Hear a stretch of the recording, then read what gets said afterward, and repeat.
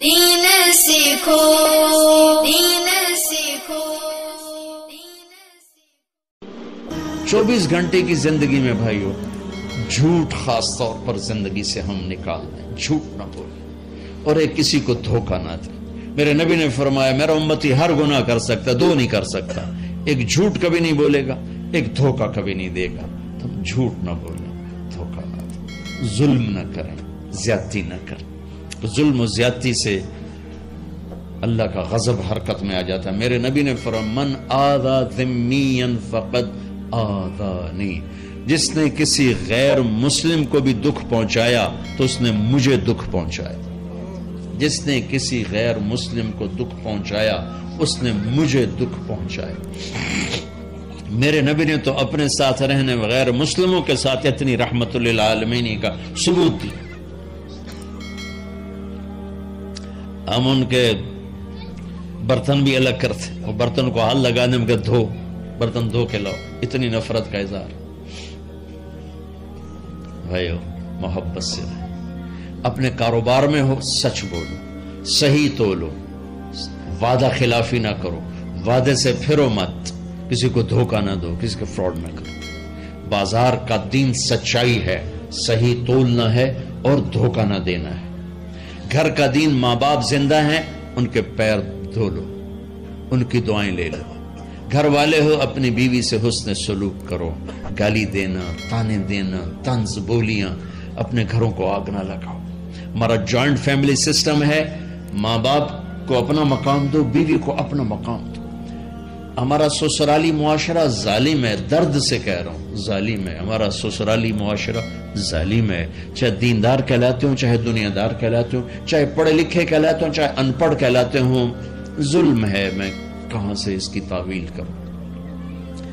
اگر ماں باپ کی طرف سے زیادتی ہے اپنی بیوی کو بچاؤ، اور کہیں بیویاں ایسی زوردار ہیں کہ وہ گھر کو آگ لگانے پر آئی ہوتی ہیں، اگر بیوی زیادتی کرے تو ماں باپ کو بچاؤ۔ یہ تمہارا کام بیچ میں ایک پل بننا ہے، دونوں رشتوں کو جوڑنا ہے۔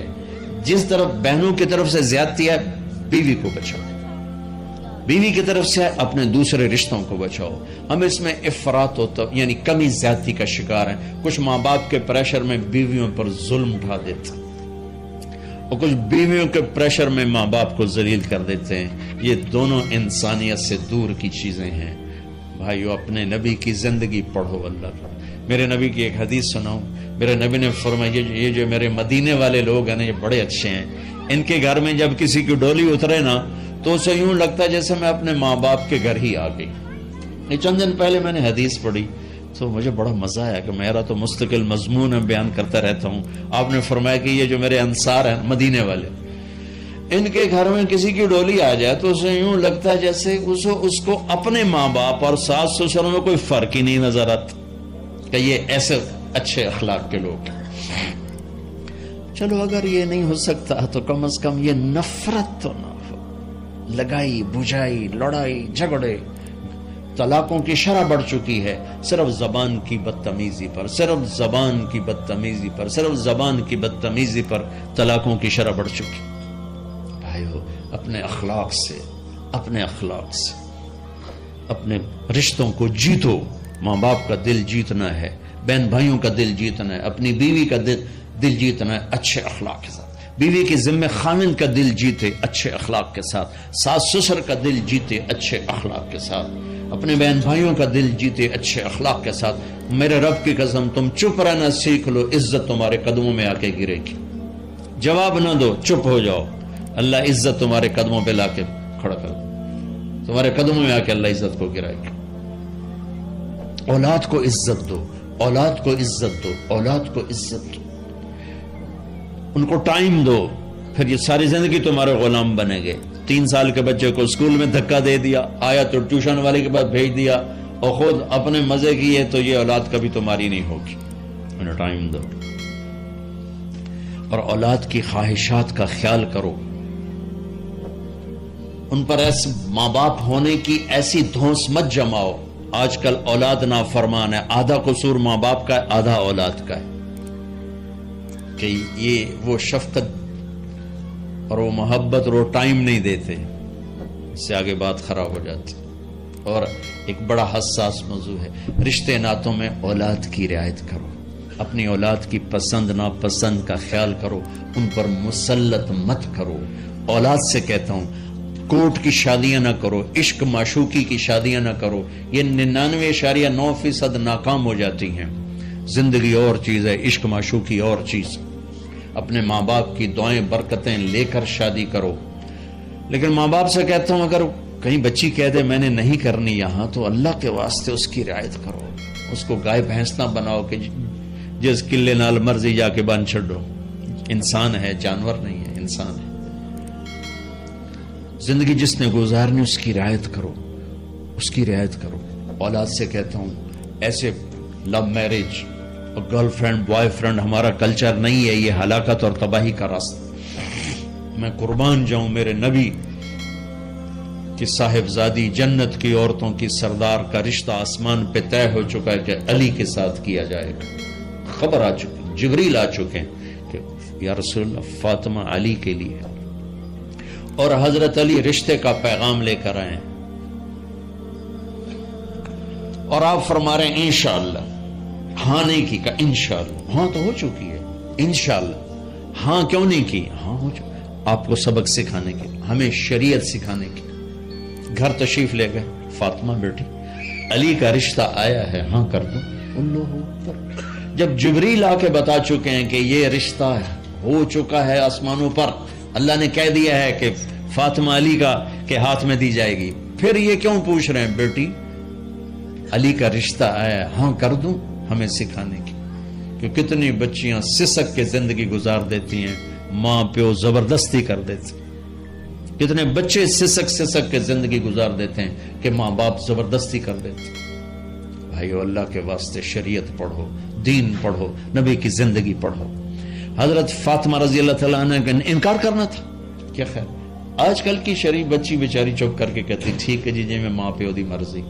تو فاطمہ جیسی ہستی کوئی تصور کر سکتا ہے؟ کہیں گی نہیں، وہاں سے اقرار ہی تھا، لیکن ہمیں پیغام دینا تھا، سکھانا تھا کہ یا رسول جیسے آپ علی جاؤ لوگوں کو بلاؤ، پھر لوگوں کو بلاؤ، پھر آپ نے نکاح پڑھایا، پھر رخصتی ہوئی، بلا کر آپ نے فاطمہ کا ہاتھ پکڑا اور یوں علی کے ہاتھ میں دے کر کہا علی تمہیں نبی کی بیٹی مبارک۔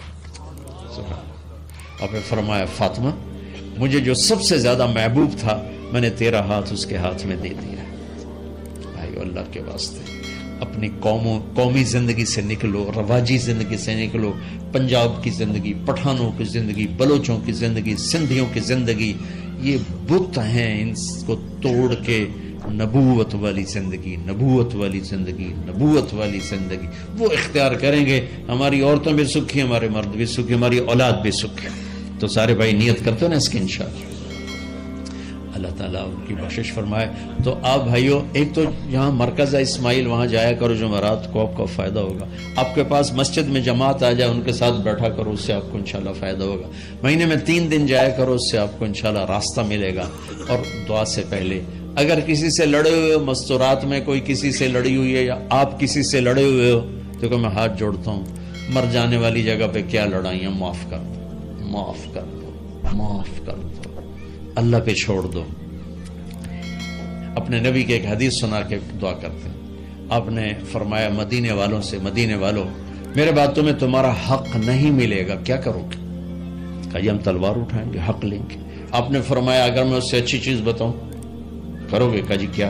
کہا حق کے لیے لڑائی نہ لڑنا، چھوڑ دینا اور حوض کوثر پہ آ جانا، سارے پورے کروا دو۔